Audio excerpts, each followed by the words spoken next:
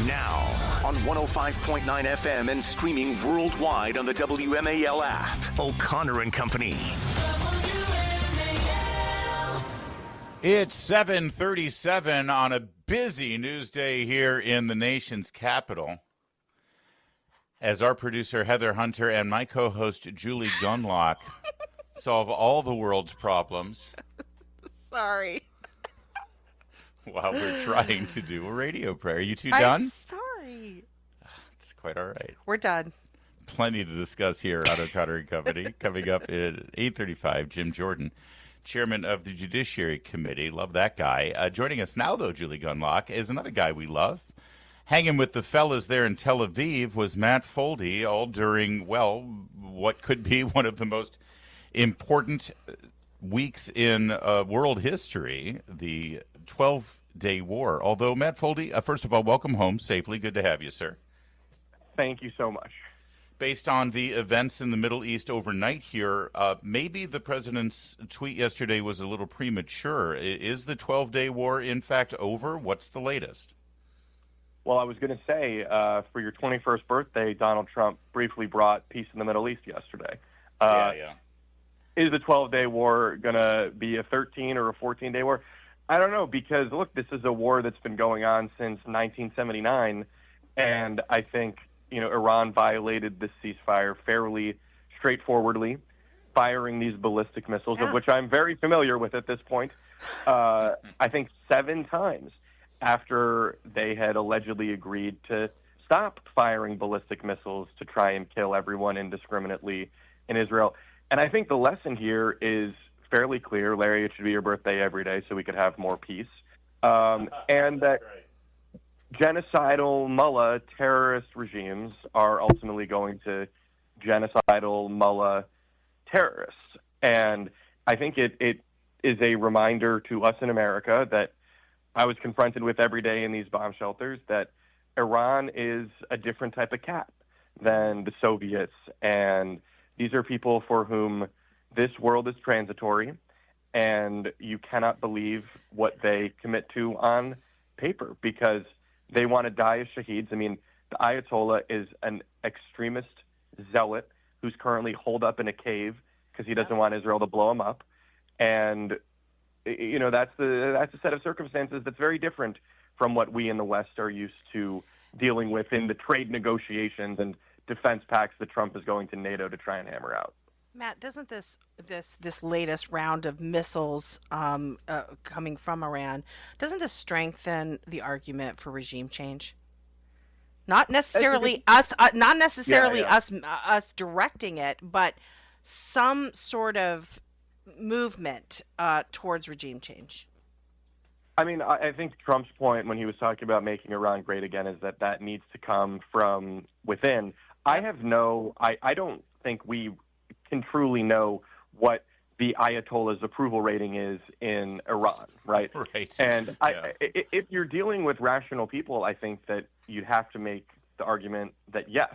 One thing that we do know is that yesterday Israel was striking at some of the key fixtures of oppression of the Iranian regime, I think, Julie, to try and nudge people in Iran along a little bit more. We saw, for example, they took out the gate to the Evin prison, which holds countless political prisoners and has for years and years and years at this point. They took out the gate of that without harming any of the prisoners there. They took out even more of the IRGC, the Iranian Revolutionary Guard Corps, buildings in broad daylight.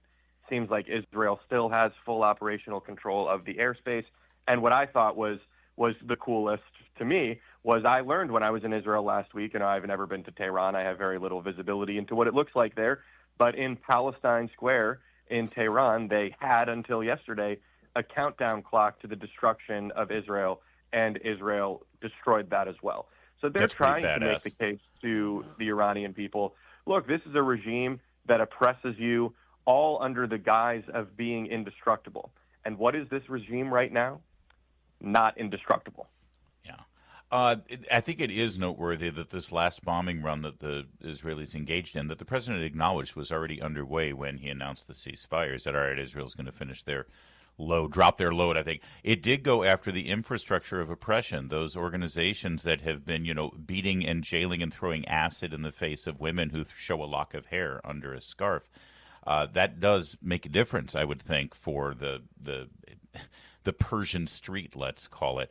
But this morning, the president seemed angry at both sides. I don't know if you saw his statement yet on his way to Marine One, heading to Andrews and then NATO. But he said, Israel, that was a really rough strike. He said, I don't think either side knows what the F they're doing right now. So, what is your assessment in terms of what the final outcome is going to be here? Because the president of the United States, who certainly has been a steadfast ally and a cooperator with the Netanyahu government in Israel, seems to be losing patience, Matt.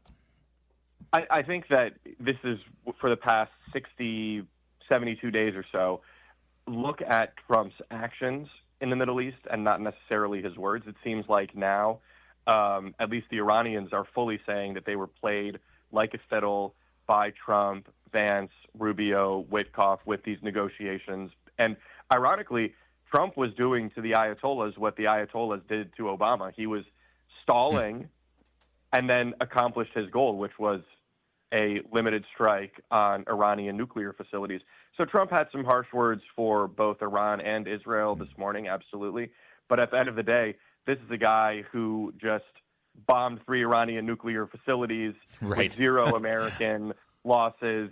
And Julie, to your question on regime change, I just think it's a reminder to Trump, to America, to the West, if the West even cares anymore, that the Ayatollah and his cronies are not honest brokers here. Now, again, what does that mean for who is going to be running Iran next? The Ayatollah is 86 years old. He's not getting any younger. And the people who he's looking to have potentially designated as successors are not that much better.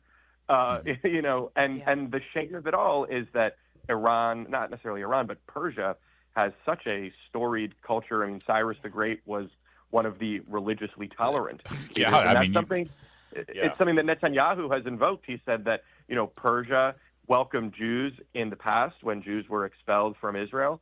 Now Israel wants to help return the favor and liberate, the Persian street, as you were saying. I mean, Iran in 1979 was a first world country. Now they're regressing by the day back into the Middle Ages.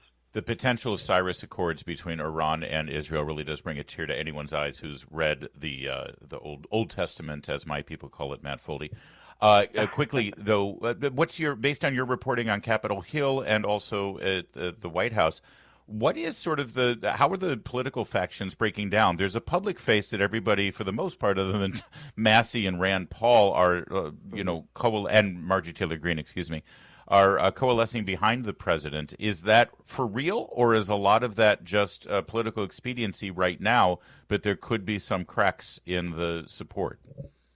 One thing that I thought was interesting was I interviewed Kevin Hearn, who's a congressman who's also a private pilot from Oklahoma, and he flew some of his constituents who had been exfiltrated to Florida home from Florida to Oklahoma.